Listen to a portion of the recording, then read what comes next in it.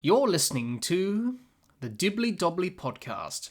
Remember to like, share, comment, subscribe, and click the bell to make sure you get the latest episodes of the podcast. Be sure to like and share our Facebook page and follow us on Twitter and on Instagram. Hey everyone, welcome back to another episode of the Dibbly-Dobbly podcast. Before we get started, make sure you like, share, comment, and subscribe and click the bell to get the latest episodes of the podcast. Be sure to like and share our Facebook page and follow us on Twitter and on Instagram. Also, the podcast is now available on Anchor, Spotify, and Apple Podcasts. You can catch us there. Joining me on today's episode of Run Up to the Ashes is a well-respected cricket journalist, analyst, YouTuber, and podcaster. It gives me great pleasure to welcome Jarrod Kimber. Jarrod, welcome to the podcast. Thanks for having me on. It's my pleasure. Jarrod, let's get straight into it. Before we get into talking about both Australia and England and discussing how both teams will go in this year's Ashes series, let's talk about the Ashes in general and what makes it so special. Jarrod, for over 139 years, the Ashes has captivated us. People who don't support Australia and England watch the Ashes. People within Australia and England who don't even follow cricket, watch cricket, they watch and talk about the Ashes. The Ashes has a certain aura and vibe about it, which makes it different to any other bilateral series. It's full of history and tradition, and you see that when you see the Ashes earn and watch the Ashes. But Jarrod, what are your memories from watching the Ashes, and why does this series captivate us the way it does? Well, it's old. I don't think you can deny the fact that the Ashes was a big deal before the Olympics, modern Olympics came around. That's not something that's that normal. Sports don't go back that far. Australia as a society, probably up until maybe even the 90s, you could claim, 1990s, saw themselves still as, sticking a finger up to the big brother, the original country. So I think that is a big part of it. I think the fact that for whatever reason, when cricket grew, both of the teams kind of grew at a similar pace, even though England had a huge head start. Australia probably had the better facilities. And perhaps Australian cricket grew in a better way because it didn't grow through the class system the way the English one did. So even though there were fewer people playing, there was maybe people from a wider background, which meant that, outside of, I know Australia won the first couple of series, although that was before it was technically the Ashes, but, England dominates for a little while, but then almost from that point onwards, it's, there are periods where either team is in charge, but realistically, it's not like we ever got to the point where, it's like the dream team versus, Nigerian basketball team or anything like that. So that helps. Do you know what I mean? The fact that both of those teams sort of grew together, I think really helps. Bradman was a very important person probably in Australian culture. He was there through the, at the end of the Depression, showing everyone that we had the greatest athlete in the world, probably in that era, if not one of the greatest of all times. And then you see the sort of the explosion of Australian culture through the 70s, 80s and 90s, as I talked about before. Up until then, Australia, it's kind of like England with a little bit more swearing. Like if you listen to old broadcasts of like Australians, they speak with English accents. And then you have the opposite. You really have, I've always said you can compare the rock revolution in Australia and the cricket revolution are very similar. They happen in late 60s, early 70s. Suddenly there's a lot of chest hair, a lot of mustaches, a lot of hair, really everywhere. And I think because of that, it's kept them relevant in Australia. And then in England, there was no other country that was there all the time, right? And you only have to look at the fact that Neighbours and Home and Away and Kylie Minogue and these sorts of people are still incredibly famous. That England has a different relationship with Australia than it does with New Zealand or South Africa or Sri Lanka or many of the other Commonwealth countries. For whatever reason, that's always been there. And I think again that a lot of England's best cricket moments were the Ashes. And realistically, outside of maybe the West Indies coming through in the 50s and 60s, cricket was Australia, England when you're looking at it, all county cricket. And those are the two things that cricket fans in England held the dearest. It's really not until the 80s that it becomes a global game. And so for England, that, you know, they were held to this thing because this was their pinnacle of cricket, was the Ashes. And then their daily cricket lives was county cricket. And so it's bigger than it probably needs to be now, considering, you know, we're about to go into, you know, we just had Cricket Australia with a big inflatable urn and, you know, weeks of build up and years of talking about it as usual. And yet it's a hilarious situation where it's following up the India-New Zealand series where they only played 2 tests and they're the 2 best teams in the world. It tells you a little bit about the sort of ridiculous nature of the Ashes, but also the strength of it and the branding of it, which is, it's worth a lot of money, man. Of course it is. Big dollars. Obviously, Australia and England, correct me if I'm wrong, money-wise, are well up there with India in terms of revenue. They're not well up there with India. Well, obviously, no one's up there with India, but they're sort of there, are they? Well, they're not. Well, I mean, to be fair, Cricket Australia and ECB both during COVID almost went broke. So I think most of the other boards probably did go broke, though, would be the difference. So there's probably only 3 functional cricket boards that are solvent, is probably the best way of putting it. I don't know how much money the BCCI currently have. My guess is it's around $8 to $10 billion. Neither Cricket Australia or the ECB have $1 billion, and not even anywhere near it. So they're a long, long way off, but they make money, and that is different. And the Ashes is a big reason why they make money. They're also the last 2 cricket cultures, and I kind of include India in this. I think Australia and England are really the last 2 cricket cultures that actually make money off people going to grounds. Everyone else has basically moved to a sponsorship and cable TV and eventually streaming going forward, rights deals. That's how they make their money. You know, the ECB, I think it's 70 or 80 quid to go to a test match in London. So what's that, about 150 Australian dollars? And, you know, the MCGs and, you know, well, the new Perth Stadium, they're a lot cheaper. I can't remember what the latest things are. I haven't had to walk into Australian ground for a while and have a look at the prices. But because of the sheer numbers of people you can get in those grounds, they make a lot of money from ticket sales as well. So it's quite interesting that they're still hanging on to the traditional methods where the rest of cricket is basically TV, streaming and advertising now. Yeah, absolutely. Just a curious question before we move on to talking about the teams. If this Ashes series did not go ahead, how much money would Cricket Australia lose in the ECB if this series did not go ahead? Because there was some doubt about the series not going ahead. Well, this is how badly run cricket is. ECB would lose no money, which is part of the problem with world cricket, is that you don't actually make any money from touring. The only reason you tour is to get someone to tour you. Which is why there's such inequity between all those cricket boards. There's no reason why those cricket boards should be not solvent if cricket was run better. I don't know what the numbers are. You'd have to have a look at it. The thing is, it was never going to be cancelled.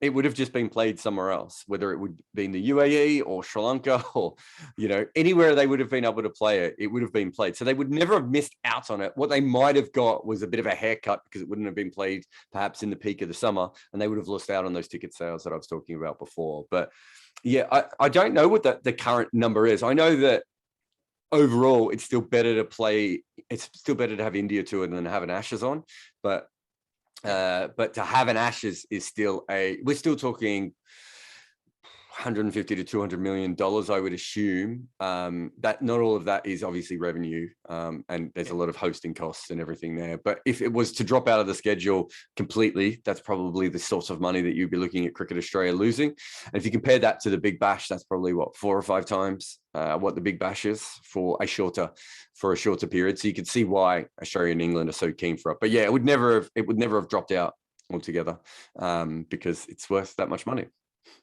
Of course. And basically cricket's a money game, really. It's like sport in general. It's like, well, sport only. I think there's always this feeling amongst some fans that like, oh, it's this pure game. And the reason we are sitting here talking about cricket today is because people realized that you could charge extra money when W.G. Grace played in a match, right? That was 150 years ago. Nothing has ever changed. It's always been about money. From the moment we put up a fence around the ground, it was about money. And all sport has always been about money. The difference now is that thankfully some of the people playing it are making some of the money.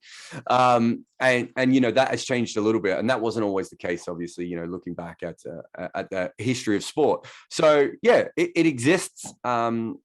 because it's a brilliant sport, and it makes money because it's a brilliant sport. Those two things are connected. Absolutely.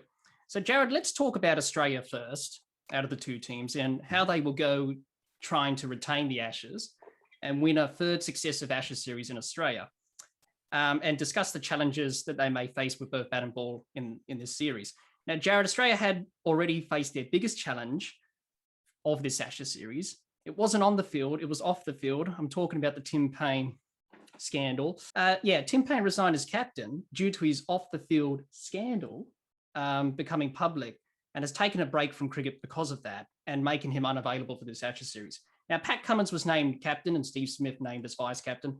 Cummins becomes the 47th Test captain to captain Australia, obviously. He's the first full-time bowler since Richie Benaud to captain Australia. He's the first fast bowler since Ray Lindwall in 1956, who captained a one-off Test in India. Mixed opinions and views about those appointments, Jarrod. People questioning a fast bowler as captain of Australia, Australia going against the grain of tradition historically. And people questioning Smith being given the vice captaincy. Obviously, what happened in Cape Town, obviously, because of that. Well, I'll answer the first bit.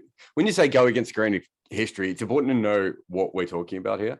There's a reason that fast bowlers or bowlers in general weren't made captain. That's what I was going to get to next. And it's not specifically, it's not because someone made a bunch of good decisions going, well, the batters don't really do much in the field and the bowlers do, so we'll give it to the batters. It's not about that at all. It's because traditionally in English cricket, there was a class system, and the batters were traditionally the amateurs or gentlemen, as you might have heard the phrase, and the bowlers were traditionally players, which meant they were poor. They couldn't, they didn't have their full names used and all that sort of nonsense on the old scorecards. They couldn't use the same change rooms. So how could you be a captain if you weren't even in the same change room as someone else, right? So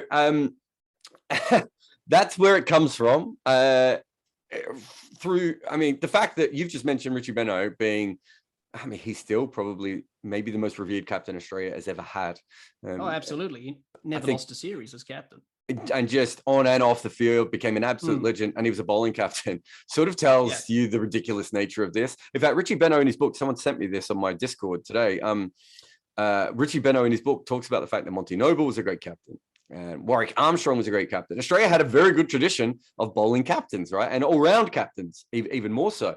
Sadly, we don't have all-rounders or captains or bowling captains anymore. Ian Johnson was probably the most famous failure, but he was probably the wrong man for the job anyway. I don't think it was particularly that he was a bad captain. They lost a couple of series under his leadership, of course.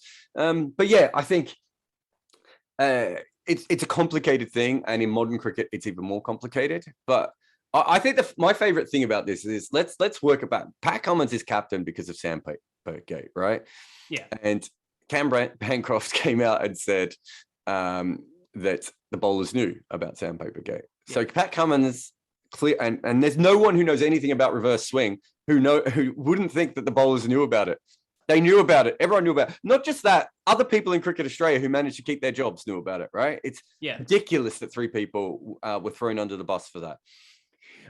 So Pat Cummins basically has the captaincy based on a scandal that he was very much aware of at the very least. The mental gymnastics of that are fantastic, I think. And then you've got the Tim Paine thing, of course, where Cricket Australia knew beforehand that he was involved in a scandal and held it off, which is essentially what they're doing with Pat Cummins. They know that Pat Cummins was far more involved in the Sandpaper-gate one. So bowling captains, I think that it was a traditional thing. Australia went away from picking the best person as captain and went towards picking the best batter as captain more often than not, or from the best 3 batters. More is probably the more accurate way of saying that. Cricket as general, I just had a look. I can't remember the number. Of 161 captains in Test cricket have been in over 10 Test matches. We've had 7 specialist bowling captains over 10 Tests. So we've had about another 11 bowling all-rounders. So Richie Benaud, Sean Pollock, Kapil Dev, these sorts of players. So it does tell you, I think, probably quite accurately that it's a very there's been a stigma to it. As I said, it goes back historically, but there's no real reason that bowlers can't captain. It's a different way, and it's probably a different job when a bowler has a captain than a batter. But realistically, I don't see the problem. I mean, I played club cricket as a bowling captain, and it never occurred to me until someone pointed out 3 or 4 years into my captaincy that it was a weird thing to do. And I've talked to a couple of bowling captains recent times. Darren Goff's just become the director of cricket at Yorkshire. He was a bowling captain. Yeah. I remember talking to Sean Pollock about it. They were a bowler and then they were given an extra job. That's how they see it. But from the outside, we haven't sort of traditionally thought about it that way. The only thing I would say is that this isn't going to matter for the Ashes probably, but we're going towards platooning fast bowlers like in baseball so that people will be more rested. And in a 5-test series, someone like Pat Cummins might only play 3 or 4 of the tests so that everyone is sharp and available. We saw during the India-Australia series that Mitchell Starc was gassed by the 3rd test, and Pat Cummins was gassed by the 4th test. That's going to make it a lot tougher if that's what Australia want to do, because they're already resting him from so much other cricket. And, the IPL will become an issue as well. So, look, it's interesting. But as far as captaincy, he'll be fine, I think. Yeah, I think he's fine as well. And I don't know, as you touched on, we always have this perception on, don't choose a fast bowler because he's a fast bowler as captain. Don't choose him. I think it's just nonsense. Bowlers are tactically smart at reading the game. And they think about the game differently. Yeah, if you think about it from a strategic point of view, anyone who's played in Test cricket, other than a guy who can just rag it sideways or bowls really fast and doesn't know what he's doing, every other bowler at Test level, spinner or quick bowler, has spent their entire life trying to work out how to get batters. And suddenly we get to the Test match arena and we're like, hey, you're a batter and you're really good. Would you like to now get the job of helping the bowlers? Strategically, it's a bit, I don't know if confusing is the right way of putting it, but it's an odd decision to make. And it does go back to a lot of historical parts of it. The other thing is, as you just said there, is we used to have the same thing with wicket keepers. And then, if MS Dhoni hasn't, taken a shiny dump on that theory, and wicket keepers do more work in the field than bowlers, right? They do a lot more work. They're much more involved in the game than a bowler. And yet, in first-class cricket, we've seen lots of great keepers. We've seen MS Dhoni. And to be fair to Tim Payne, I didn't think he was ever an outstanding captain, but I don't think he's tactically any worse than Steve Smith or some of the other, or Ricky Ponting or some of the other recent Australian captains. I thought he did a decent enough job, even if I probably wouldn't have had him as my wicketkeeper or my captain, before that series or before he got the job at all. But I don't think he did a horrible job. And that's the other thing about captaincy is a lot of this is we over-glorify the job. Realistically, the better team with the better players is going to win unless there is a horrendous usage of players. And almost most bowling changes in Test match cricket are made because someone's tired and they need to be rested for another period in the game. There's nowhere near as much tactics as people think there is. Well, obviously, just to finish off on the captaincy before we talk about Australia's batting, with Pat Cummins, he said he wants to be a collective captain. It includes Smith, his role as a vice captain more.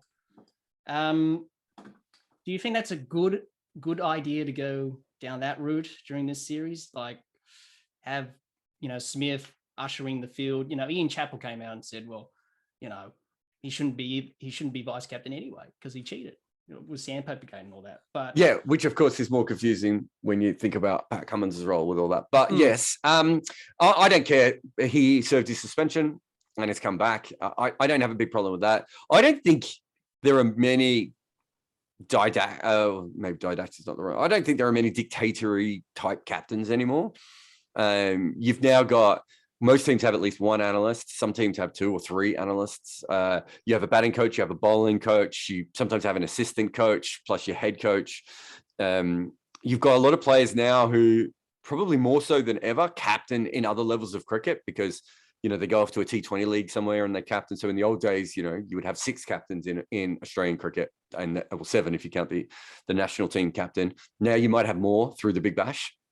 So you've got more people who've worked in leadership positions in general and people with varying experience as well, right? People who might know the opposition. I don't think you will still get players who will come through who will probably, have a sort of MS Dhoni, Brendan McCullum type view of cricket. And they're great. I don't see Pat Cummins as that sort of person, regardless of whether he's a captain, right? Pat Cummins, I remember meeting when he was 18, 19. And I spent a good hour with him, chatting to him at the SCG. He just seemed to me like a very intellectually curious person. Someone who knew how good he was, but was actually more interested in getting better than telling you how good he was.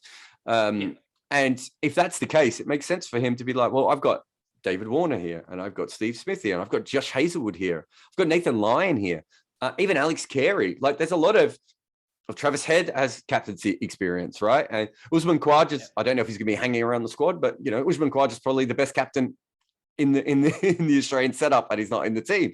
Why would you not use those people? I think you'd be very silly not to do it. And look, I think Ian Chappell comes from the old school of captains in charge. That's not how cricket is run anymore. It really isn't. Even MS Dhoni, a lot of the stuff about MS Dhoni and Brendan McCullum is kind of built up as a legend. Realistically, they talk to a lot of different people and they bring in a lot of different ideas. And, MS Dhoni has an analyst at Chennai, and Brendan McCullum had a very, very analytical coach in Mike Hesson that he had a partnership with. Those days of Mike Brearley are probably beyond us, and for the best, because there's so much brain power in one team. If you're running an office and you're making all the decisions and you're not listening to anyone, you're probably missing a whole bunch of things, right? You want an open environment. And Chappelli probably comes from the era where that doesn't happen. And that's probably where his thinking comes from, which is more than fair enough. But I don't think you could run the Australian cricket team as it's currently designed without talking to a bunch of different people at all times. Yeah, that's right. And the captain can't do it all himself, as you said. The team needs to, that's what cricket is. It's a team game. Everyone chips in, everyone contributes to success. And I wish Pat all the best. And I think he'll do a very good job, despite what people say. People are entitled to their opinions, but, good on Pat. So, Jarrod, let's talk about Australia's batting and how they'll go in this series. Mm-hmm. The expectations is that these Australian batsmen should score big runs against this weakened England bowling lineup and grind them to dust in this series. Now, you talked about last summer against India. The batting didn't click. We only had 2 centuries, Labuschagne and Smith. Lacked big partnerships in the series. The highest was 113. That was between Labuschagne and Wade at the Gabba. We all know what happened in that match. Didn't score the big totals in the series with the bat, which hurt Australia in the end. There's no secret that we're going to rely heavily on Smith, Warner, and Labuschagne, obviously. When they score runs, we dominate. If they don't score runs, get out early, we're in trouble. So we've relied heavily on them for years, especially Smith, more than ever. And that's not uncommon in cricket, where you rely on key players like batsmen and bowlers like New Zealand, Kane Williamson, India, Ashwin, Patel, Jadeja, Kohli, or whatever. And Australia's batting after those 3 doesn't really look good. There are a lot of question marks. Travis Head, Carey, Cameron Green, and even Marcus Harris at the top of the order, which I think they made a mistake there. I think Khawaja should open, in my opinion. And people aren't happy about that. So Jarrod, what are the areas of concern for Australia with their batting? And what can they do better compared to last summer against India? And how will they go about scoring runs against this England attack in this series? Look, I don't think there's an answer for almost anything you've just asked, because essentially they have 3 quality test match batters, and that's it, right? So Cameron Green, let's be hopeful with him, and the front pad thing isn't an issue, and he's gone off and worked on it, and he'll come back and make runs. That gives you someone who can probably average 35 to 40, you would hope, over a series. Travis Head had a huge technical flaw in his game where bowlers started bowling around the wicket to him and he couldn't handle it. His problem is you can beat him on the outside edge or the inside edge. You can kind of manage one of those things, probably not both. If he comes back with that, he's not going to last long in any game. Marcus Harris, I don't think, is probably Marcus Harris is the kind of batter that you pick when you're going through a period like Australia are, where they don't have a lot of batting talent. And I don't think it really matters. I wouldn't have picked Alex Carey, but I don't think it really matters which wicketkeeper. There wasn't like a wicketkeeper that was going to transform this batting lineup. They did discuss about Inglis. Would he been a better option or not? I would have gone with either of the Joshes. I like both of them. But as I said, I remember being asked on English radio, and they're like, Payne's not great. You get another wicketkeeper in. I was like, yeah, they're all about the same level as Payne. They're not much better or worse than him with the bat. I think they all average a little bit more at first class cricket than Payne, but I think we all knew that Payne had the ability to bat better than his numbers had ever shown. Part of his numbers were depressed by the finger injury back in the day that he'd overcome anyway. Yeah. But yeah, I don't. You could have thrown. They could have put Jimmy Pearson in, and I would have kind of felt the same. Right? There's no big boost that you were going to get from any of those. There's no Brad Haddin or or Adam Gilchrist in this numbers. There's not even a Luke Ronke, if you want to put it that way. So I think from that perspective, I don't have a huge problem there. But they've got weak batting and they're going up. It's funny that you said a weakened England bowling attack. Obviously, it doesn't have Jofra Archer, but realistically, it's a very talented England bowling attack. Whether it's ideally suited for Australian conditions is probably what we'll find out. But if the wicket is wet at the Gabba or green at the Gabba, and they get Adelaide, the first two tests actually give them a pretty good chance of doing some damage. So yeah, it's going to be down to the three main players. Maybe if they can get one or two of the other guys to chip in. Marcus Harris plays above his station for a couple of games. Travis Head or Cameron Green is over their technical problems, and a plucky innings from the wicketkeeper. But there's not much they can do. That batting, I would say, since Mark Cosgrove was young, the batting in Australia has been, we've produced players with really high level of batting talent, but they haven't managed to make runs consistently. If you look at Cosgrove, Bailey, if you look at Chris Lynn, Nick Maddinson, these are not averagely talented batting talents, and yet we haven't been able to turn them into superstars. And the fact that we went back to Chris Rogers, and he was so much better than so many of the other younger players, I think tells you something, that there's been something missing within, whether it be coaching or just dumb luck, or whether it be, someone like Chris Lynn setting himself up to be a T20 player. The really high level batting talents just haven't come through for generation and a half really now, I suppose you could say. And we're probably lucky with Marnus that Marnus came on his own. But the thing is that Warner's probably not that far away from, perhaps moving on from international red ball cricket and saving himself for the more lucrative forms of the game. Or he may not, of course, but it's very possible. Yeah. With that, the Sheffield Shield, is it doing its job? Just before we move on to our next discussion point, is it doing its job like it did in the Australian golden era, where we produced many great players and they couldn't get into the Australian side? Is it doing its job now, or does it need a revamp? The biggest problem was, and that era I was talking about before, the Mark Cosgrove, Bailey, I'm trying to think who the other younger batters who came through at that time. So Usman Khawaja is probably part of that as well. When those guys came through, they gutted the second 11 competition, right? And they turned the second 11 competition from what it used to be, which was a really, really rough version of the Sheffield Shield, where to survive it, you had to be a very, very strong cricketer. You were going up against a bloke who was 27, who this was his last chance to make the Sheffield Shield team, to live out his dream. And they changed that to an underage competition, which with a couple of senior players in, and it completely changed the dynamics of Australian cricket. Because if you survived second 11 cricket, you were a very, very well-rounded cricketer. You were going up against men who wanted their last, some guy who works as an accountant or as a plumber, and this is his last chance to live a dream. Then you suddenly went up against 22-year-olds and 21-year-olds and 20-year-olds. Yeah. And Australian cricket doesn't have an underage system, right? The reason that we have always been so strong is we have thrown children up against men and seen what cricket came from that. And it's also sometimes the most toxic part about cricket also comes from that dynamic. But certainly from a talent development point of view, I would say that it probably fast tracks a lot of our players. We took that system away, and it probably isn't the same that it used to be. I think now what happens is rather than having to go up against those hungry amateurs anymore, you're probably now going up against people who've been picked of, in a couple of years, he'll be quite good because he profiles like this. He's 6'8", and he's got good wrist position. So we'll bring him in, but maybe he's 24, 25, but he's not ready yet. And you might be better off going up against a 28-year-old guy with a beer belly who exactly knows how to put the ball in the right area at 130 kilometers an hour rather than the other guy. I think that's probably where the major problem happened. Then I think you just have a natural dip in talent as well. The other thing is that it's also worth saying that other teams just caught up, right? I mean, I saw this about the West Indies recently.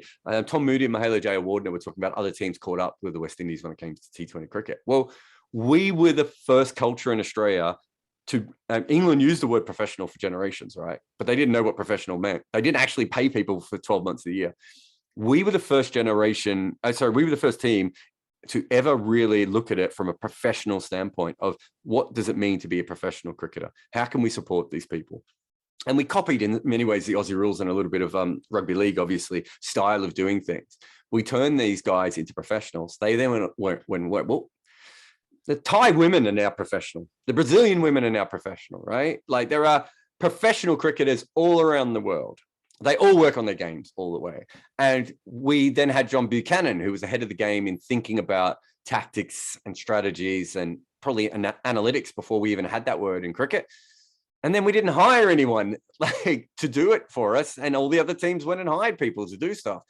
There's a lot of catch up in Australian cricket. And it could just be, of course, that you have a natural, you have a natural period where you are not particularly as gifted in a skill, right? I mean, that can happen and happens in cricket all the time. So that could have come on top of it. But I usually think when a team drops back and there's such a big problem, that it's probably more to do with development. I don't think like people were genetically born to be worse batters. It's probably more to do with the professional system, maybe the coaching, maybe the second division of field cricket, which probably has more to do with it. But I don't know.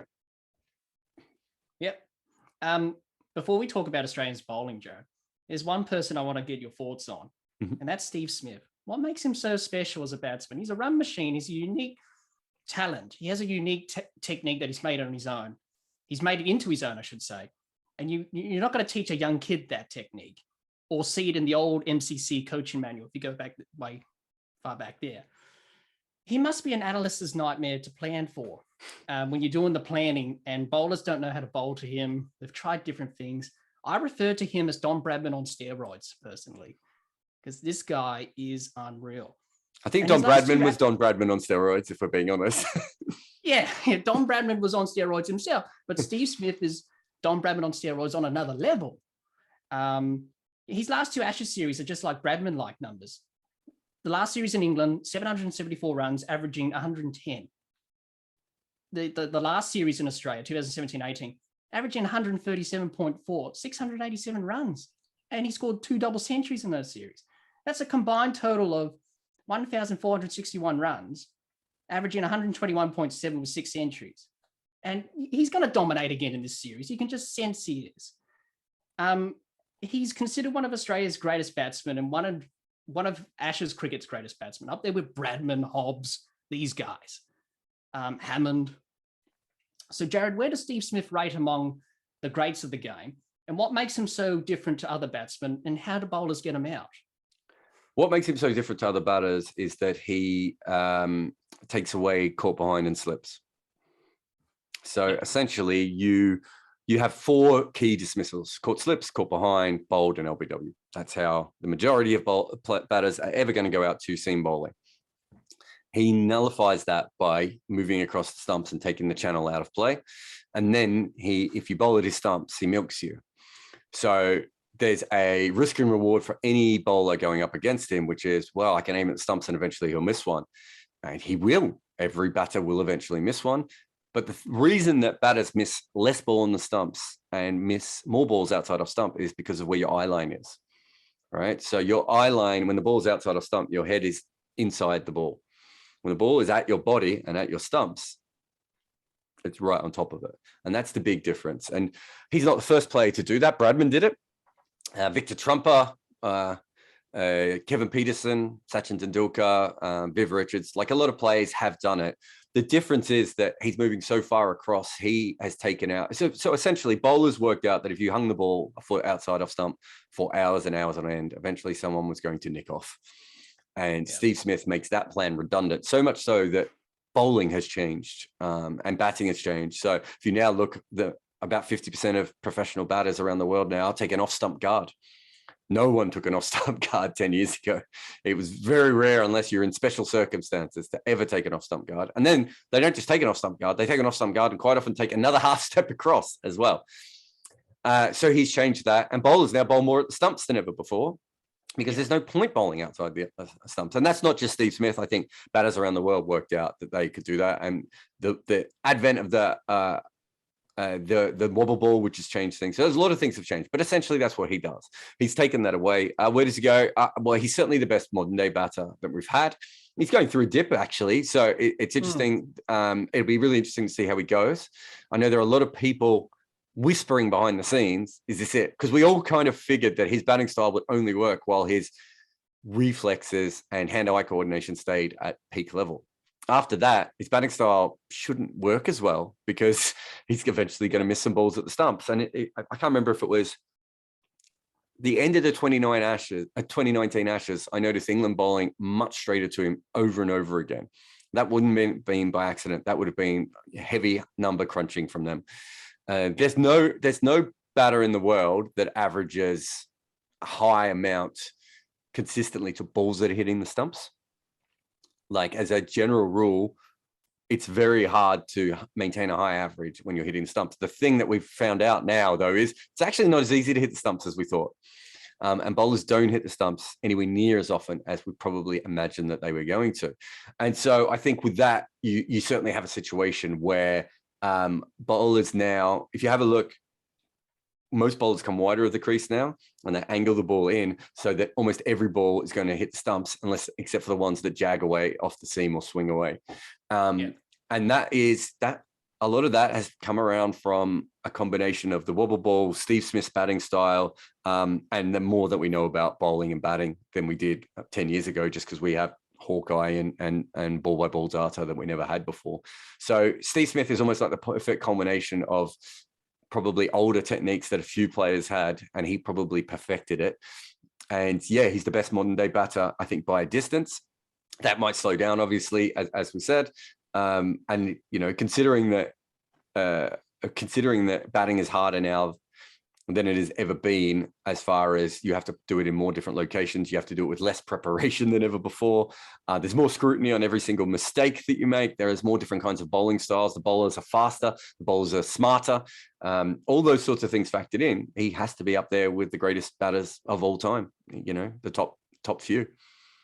Absolutely. And as you said, as you age, you start to, lose your reflexes and all that stuff. So yeah, it's possible. Let's hope he can, continue on being the greatest batsman in the world. And, when did Bradman retire? He retired when he was like 40 or something. He's very old, yeah. And we learned stuff from Bradman as well, because, the rumor is his eyesight wasn't particularly good. So you realize that even when your eyesight fades, Bradman and Steve Smith, the batters on that level, aren't actually, so you can't follow the ball at 80 miles an hour, right? It is impossible to follow the ball. So what these guys are doing is they're taking a series of cues from the bowler, and then they're doing a thing called a saccade with their eyes, where basically they watch the ball for the first 3 meters, and then they watch where they think it's going to bounce, right? And that's how international batters play, which means that even though your reflexes and your hand-eye coordination and your hand speed might slow down a little bit, they're like advanced computers. And that's why Bradman was able to bat to a late age. I mean, W.G. Grace is a perfect example of that. Batting against good quality bowlers well in beyond the age that most people ever should have been able to. So if you have that advanced batting brain, sometimes you can overcome it. And it might just be that Steve Smith went through a bad couple of years. No one has made runs over the last 3 or 4 years. It has been the toughest batting era for over 100 years, right? So he's not the only one going through a bit of a dip at the moment. Virat Kohli is struggling. Lots of players have struggled. Century in ages. A while. It's been a while. That's the official term. Yeah. So let's talk about Australia's bowling, Jarrod, and how they'll go in this Ashes series. The expectations on the bowling attack is that they'll run through this England batting lineup because it's so weak and fragile, given how weak England's batting is at the moment. But Jarrod, last summer, as we mentioned earlier, they struggled against India. And towards the back end of the series in Sydney and Brisbane, they weren't able to get the job done. The only one who looked like getting the wicket and getting the breakthroughs was Pat Cummins because of his stamina and fitness. There's been talk about they may rotate the bowlers again in this series. They did that in 2019. But that was based on conditions in England. This is Australia, so it's different. Depends on conditions, depends on the situation of the series, if they want to do that, and how the bowlers pull up after each test. But Pat Cummins won't be rotated because he's captain, so it has to be the other three. Also, Mitchell Starc, Nathan Lyons under pressure from various people in the media. Naming one, that guy behind me there, Shane Warne, offering his opinions as always. No one cares. Well, I mean, he just says things to say things. It's like that. I mean, he doesn't. I don't think he influences any. I don't think people worry that much. Yeah, it's the Ashes. People talk shit, and he hates Mitchell Starc, and Nathan Lyon has talked them down many times before. Every summer he says, get the ball outside off stump. Why don't you go down and tell Nathan Lyon yourself rather than repeat it on commentary? I mean, Nathan and Lyon... tell Mitchell Starc to fire up. Nathan Lyon has... they're both fantastic cricketers and they've done very, very well. I don't know. As I said, they've been under pressure, obviously, from Shane Warne. So, Jarrod, what are the challenges facing the Australian bowlers in this series? What can they learn from last summer against India? And what makes this bowling attack of Starc, Cummins, Hazelwood, and Lyon one of the best attacks in world cricket? There's actually a lot of great bowling attacks in world cricket at the moment. The advantage that the Australian bowling attack has is that they're 4 different styles. And that doesn't, if you have a look now, England have a couple of bowlers who are really, really similar, so Wokes and Anderson and Ollie and Broad, that's a common thing. Like, it makes sense, right? That you're going to have a couple of bowlers who are very similar. And if you look at the West Indies, who, over the last few years have put together a brilliant bowling attack, Shannon Gabriel and Kemar Roach and Jason Holder are sort of their main 3 bowlers, are so different to each other. That's fantastic. And, I think in Australia, you have even more variety. Josh Hazelwood is, sort of the next step on from Glenn McGrath, the next evolution, a little bit quicker, maybe even a little bit taller. You have Mitchell Starc, who's fast and left arm. That also matches up perfectly with great Nathan Lyon, because that gives him footmarks to bowl into on occasion. And then you have Pat Cummins, who is probably we've never had in cricket someone as fast and as accurate as Pat Cummins before. That combination is remarkable, but it is 4 people. Yeah. And what Cheteshwar Pujara's job was basically to tire those guys out. And he did. And by the end of the series, even though he hadn't made many runs himself, they were exhausted, right? And for all the talk about how Cheteshwar Pujara was losing India test matches, he won them a series, which is a remarkable effort. Well, England are going to try and do the same thing. And some of this will actually rely probably on Cameron Green, who's realistically, all Cameron Green needs to be taught to do is to hit a length. Yeah. If he can hit a length, and he's fairly accurate with his line, if he can hit any kind of length consistently, no one's ever going to be able to hit him because he's tall. And he has the ability to be a slightly better bowler than Jacob Oram or Tom Moody, but he doesn't have those skills yet and he's very young. Yeah. If he can bowl 15 overs a day, they don't probably need to rest the other guys, right? If he can bowl 15 overs a day where he can take wickets between an average of 35 and 40, but more importantly, his economy is between 1.5 and 2.5, then he's a fantastic cricketer for Australia. Even if his batting fails a little bit, he then only needs to average probably 35 with the bat to give them. Sorry to interrupt you there. About Cameron Green, I've seen a little bit of him in Sheffield Shield. It just dominates. And if he gets the bowling right, can he potentially be the next Jack Callis? No. Because Callis came into international cricket with a solid delivery that already worked, right? If you go back and have a look at Cameron Green's bowling, I could see how it would work in first-class cricket a little bit better. Yeah. But in Test cricket, unless he can find an accurate line and length, there's no dynamism with his bowling, right? He doesn't have a natural wicket-taking ball. And so first-class cricket, I have absolutely no problem with him. He's tall and he's reasonably, strong and fast-ish for first-class cricket. At Test level, I don't know how he consistently gets wickets unless he can be very, very accurate. And so far, he hasn't shown that. Look, the sky's the limit with Cameron Green. It's very possible that Cameron Green ends up averaging 28 with the bat and 60 with the ball. And it's also very possible that Cameron Green, ends up averaging 40 with the bat and 35 with the ball.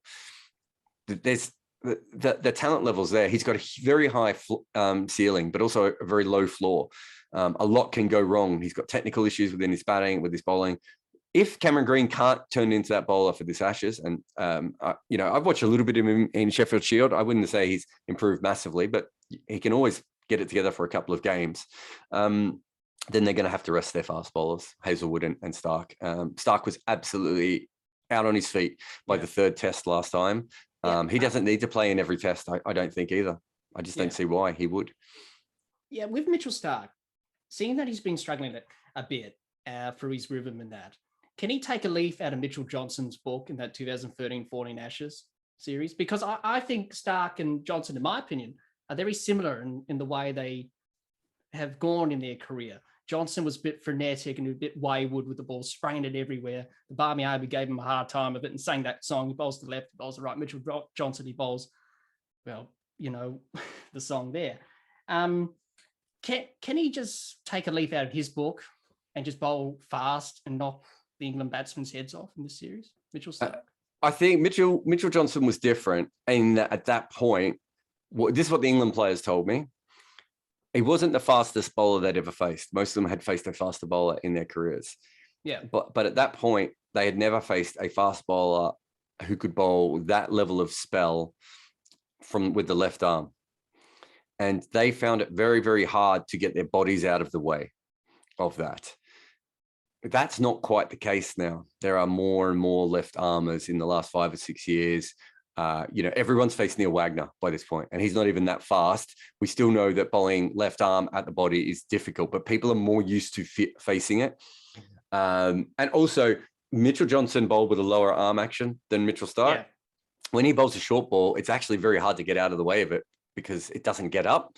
When Mitchell Starc bowls a short ball, because he's so tall, you can get under it. So there's fundamental differences there. I would say that I think there's a lot of rose-colored glasses about Mitchell Johnson. Like Mitchell Starc's had a much better career.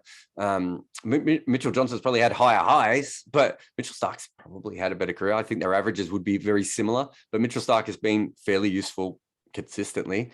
And Mitchell Johnson wasn't. He went through big periods where he wasn't useful. So I think probably the best way to use Mitchell Starc, though, going ahead is he plays 60% of the test matches, and you do get him when he's fully fit. And whether it be Jai Richardson or sadly Pattinson probably won't play again, but someone like Pattinson or whoever the next sort of cab off the rank is there, Billy Stanlake, if they can ever fix his issues, he dovetails with someone else. That would be the ideal situation really for Australian cricket, because then you get Starc when he's fully fit. You really only want Starc bowling when he's bowling 90 to 95 miles an hour.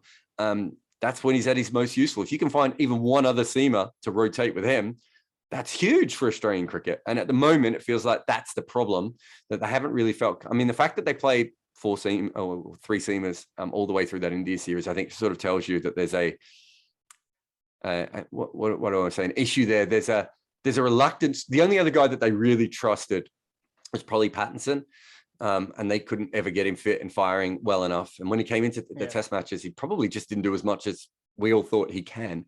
And then, Siddle was more a throwback, but they haven't really trusted some of the other younger guys coming through. That might be different with Jai Richardson because they do trust him. But, one of the other younger fast bowlers is also a possibility. But I think going ahead, that's what people will do, because that's how baseball has done it with super fast pitches. And cricket's already starting. I mean, England's already done that. England's got a platoon of about 3 or 4 really fast bowlers that they're just going to rotate when they're fit, essentially. So let's talk about England and how they'll try about regaining the Ashes in Australia. I wanted to get your thoughts on why do England always struggle in Australia, Jarrod? It's fairly obvious why, because they can't score runs and take 20 wickets. It's as simple as that. Their batsmen can't bat for long periods of time, therefore can't score big runs in the first innings, and their bowlers can't adapt to the conditions with the Kookaburra ball because it doesn't do anything. The Kookaburra ball's dead. I've played with a Kookaburra ball, and after 40 overs, it's just like a dog's chewed it or something. It doesn't do anything. So since 2013-14, they've lost 9-0 out of 10 test matches. They've drawn 1. That was in Melbourne on that flat pitch. Was like didn't do anything. That pitch, and Sir Alistair Cook scored 244 not out. Mind you, it was good innings, but it was a flat pitch. So they have a good. What people tend not to talk about, Jarrod, is that England have had a good record in Ashes series in Australia over the years. They've won 14 series in Australia, but since 1986-87, where they were called the worst ever England side to tour Australia, no one gave them a chance, just like Australia back in 89. And look what happened there. They won the series. They've had a difficult time of it. They've only won 2 series. That series in 2010-11, I've been crunching the numbers. From 86-87 onwards, they've played 45 matches. They've won 8, lost 29 and drawn 8. But England teams pre-1986-87 were able to have success in Australia and win Ashes series on a regular basis. But But post 86, 87, they haven't been able to do that. From 1882 to 1882, 1883 to 86, 87, they've played 50 matches, won 57, lost 57, drawn 19, and pre-19. And now there's a lot of factors to consider when you're comparing those two results. Pre-86, 87, the game was a different game. Different eras, different types of players, different type of Australian teams, quality of their players that England came up against. And post 1986, 87, England came up against a brilliant Australian team in the early 90s, early 2000s that dominated, led by Alan Border, Mark Taylor, Steve Waugh, Ricky Ponting, these guys. So, Jarrod, what are the major differences from the England teams pre-1986, 87 compared to the England teams post-86, 87? Well, up until 1986, 87, England were the only professional cricket team we really ever had. And they were either the best team or the second best team almost for the full 100 years. So that's a big advantage. The first international team to get professional outside of England, or have professionals, regular professionals outside of England, was West Indies in the 80s. That went pretty well. So professionalism matters. And from the 90s, Australia was the more professional team than England, as we've just discussed, right? Yeah.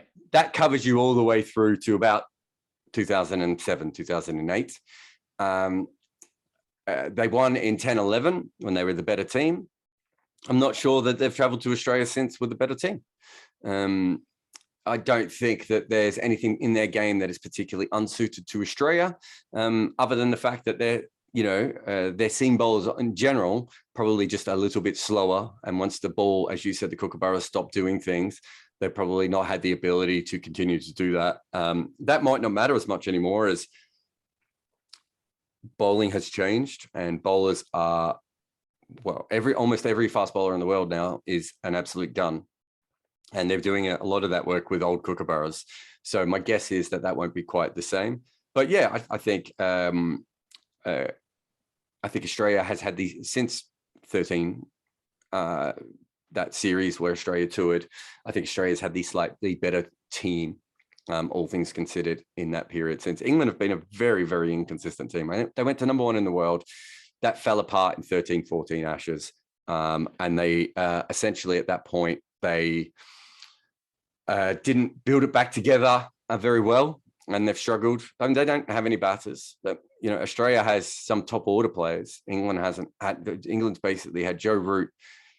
I think Josh Buttler has the third best average in that team, and he's averaging about 33 or 34. I mean, that's comically low, right? Yeah. I mean, and to get Buttler in the team, they ruined Johnny Bairstow, who's probably the player who'd have the fourth best average in that team, right?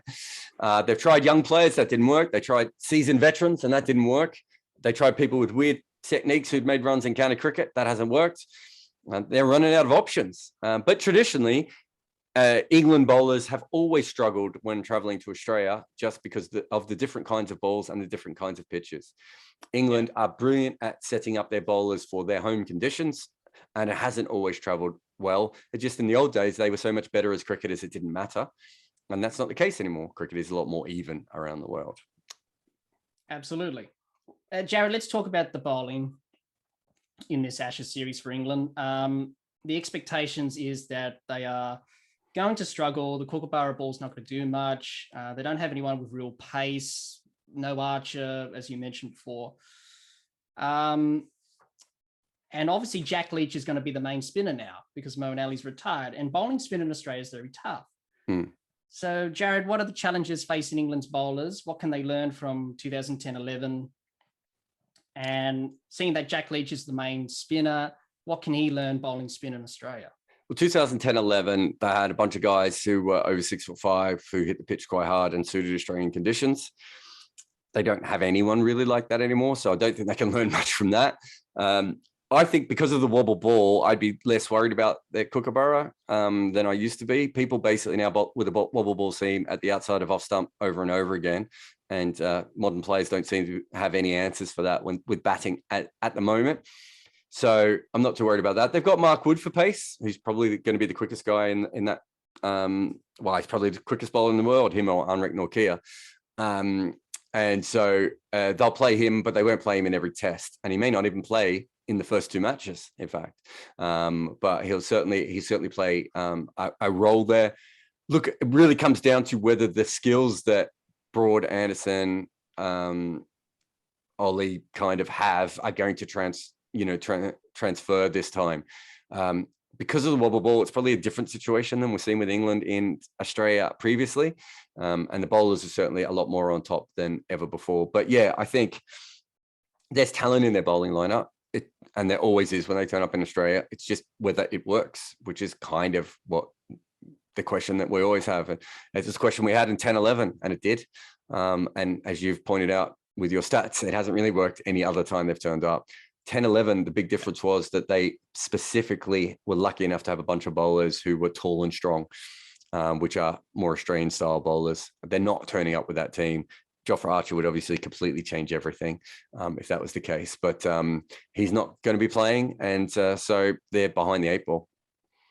Yeah. Just to finish off, Jarrod, this discussion today, it's been a very enthralling discussion. I really enjoyed it. I've learned a lot. With the 5th test being moved away from Perth, who do you think is going to host the last test of the series? Really good question, isn't it? I don't know. I would assume that there'll be a few state governments making some phone calls at the moment. Also, the other thing is, does that help England? No touring team really wants to play in Western Australia. It's too hot to begin with. The pitches, they're the most alien if you're coming over. Again, if you look at the fact that the Gabba might be green, the second test is under lights, will help players like Jimmy Anderson, and there's no Western Australian test, could help England a lot. But yeah, I think there'll be a lot of state premiers and cricket boards making a lot of flurried calls. My guess is that it would be obviously great if Tasmania or Canberra probably got the test, but more likely goes to Melbourne and Sydney because they're Melbourne and Sydney. And obviously bigger stadiums, more money for Cricket Australia at the end of the day. Exactly. Well, Jarrod, thank you so much for joining me today. I really appreciate you giving up your time today. Thank you so much for coming on. Where can people find you if they want to access your social medias or other stuff? Just put my name into Google and put your favorite social media behind it. I'll probably come up somewhere. Well, we'll leave a link to all those if we can find them in the description below. But thanks everyone for watching. Thank you, Jarrod, once again. Hopefully we can talk in the future. To everyone watching, keep safe. Enjoy the Ashes. Until next time, bye for now.